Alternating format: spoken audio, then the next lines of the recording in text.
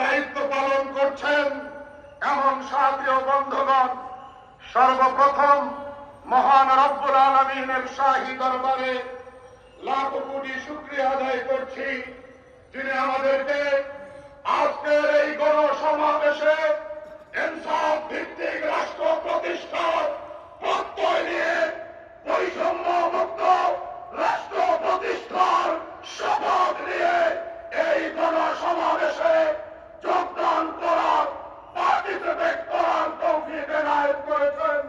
আমরা এর জন্য মহান রবের শাহী দরবারে কালিমাতুশ শুকর পড়ে বলুন আলহামদুলিল্লাহ। সাথী ও বন্ধুগণ, জমিয়তের ইতিহাস গৌরবময় ইতিহাস। জমিয়তের ইতিহাস 190 বছরের পরাধীনতার শৃঙ্খল থেকে এই উপমহাদেশকে মুক্ত করার ইতিহাস। জমিয়তের জন্মই হয়েছে আগ্রাসনের বিরুদ্ধে, আধিপত্যবাদের বিরুদ্ধে লড়াই করবার জন্যে।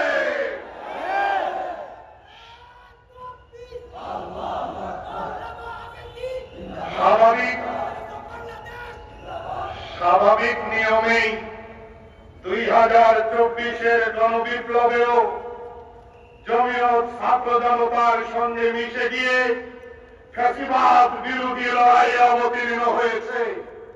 আমি আমার বক্তব্যের শুরুতে আপনাদেরকে দলের পক্ষ থেকে আশ্বস্ত করতে চাই, সূচনা কাল থেকে আজ পর্যন্ত জমিয়ত কোন অপশক্তির কাছে কখনোই মাথা নত করেনি।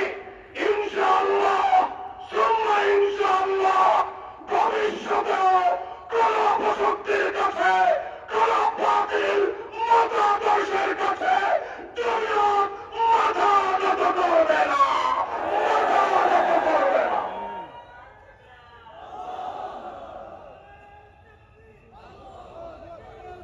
সাথী ও বন্ধুগণ,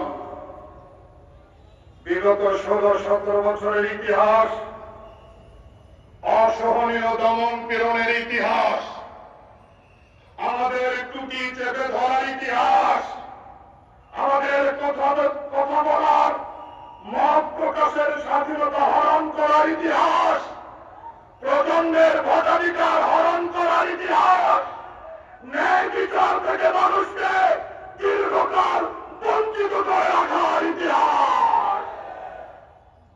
এই জালিমেরা জুলুম করত, আবার চোরের মায়ের বড় গলা গলাবাজি করত, তারা জুলুম করত আর পড়াই করত, অভিনয় করত আমরা সাধু শ্রেণীর মানুষ। তারা মাঝে মধ্যে বলতো পালাই না, আমরা পালাই না। শেষ পর্যন্ত লেজ গুটিয়ে পালাতে বাধ্য হয়েছে। ভারতে বসে বারবার প্রেসক্রাইব দেয়, এক ব্যানার নিয়ে ফেসিবাদের দোসরদেরকে টাকা পয়সা দিয়ে মাঠে নামায়।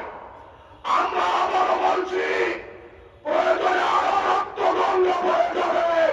ফেসিবাদকে পুনর্বাসন করার কোন চক্রান্ত বার্তায় করা হবে না, হবে না, হবে না। সাথী ও বন্ধুগণ, গত 16-17 বছর রাষ্ট্রের 12টা বাজিয়ে গেছে, তারা ইসলাম ধর্মেরও 12টা বাজিয়েছে। প্রজন্মকে নাস্তিক বানাবার জন্য শিক্ষা কারিকুলামকে তারা ধ্বংস করেছে। আমরা বর্তমান অন্তর্বর্তী সরকারকে বলবো, যারা ইসলামকে বরদাস্ত করে